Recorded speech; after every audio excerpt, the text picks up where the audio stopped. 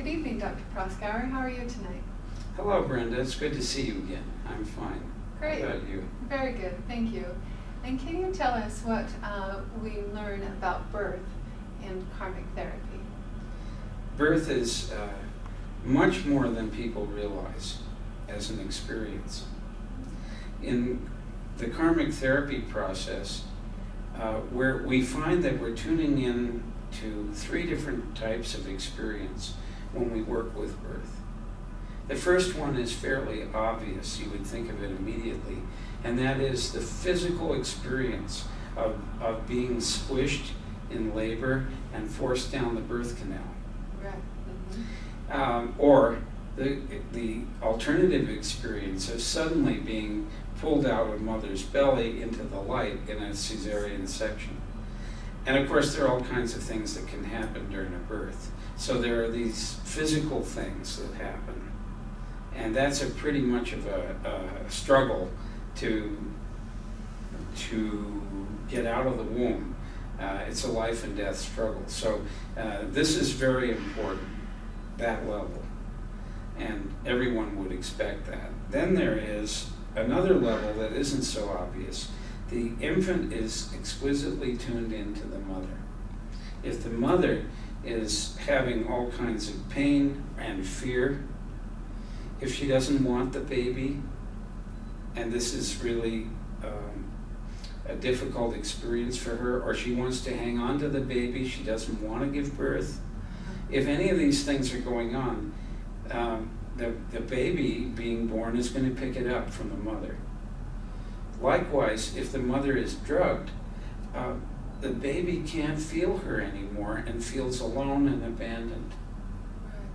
Or the baby may be very confused and fuzzy-headed because the drugs get into the baby too as they're being born. And that confuses things. All kinds of things can happen like that. Then there's a third kind of experience, which is the effect on the baby of the reactions of the people who are helping with the delivery. The surgeon or the obstetrician, the nurses, sometimes the fathers in the room. They're all, whoever's there and what their reaction is. For example, a baby is born and the first thing they hear is, after a hard labor, "Oh, look at that baby. He looks like a drowned rat." Oh. That registers. Yeah, that would stick. Yeah, and I've had people say things like that about, during and reliving their birth. And they had feelings like that about themselves from birth on. Or if they're welcomed, it makes a wonderful impression. And then also there's the issue of gender. A baby's born and the parents don't know what sex it's going to be, so the baby's born and they've been wanting a boy or they've been wanting a girl and it's the opposite sex, and there's this disappointment. And the baby feels, I'm not what my parents wanted. They wanted a boy, I'm a girl, there's something wrong with me. Yeah. And that can really leave an impression too. So you see these are very important things, and we find in doing karmic therapy, which involves past lives, conception, prenatal memory, birth, and childhood, that oftentimes birth will contain elements of all the themes that we have to work out. Like if somebody has a control issue, it begins in birth with the forceps being clamped on and they're being dragged out. Oh.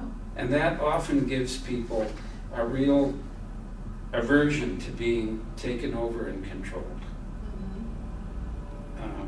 Even if they were being rescued from a difficult delivery, they will often feel like they have been ripped out and taken over.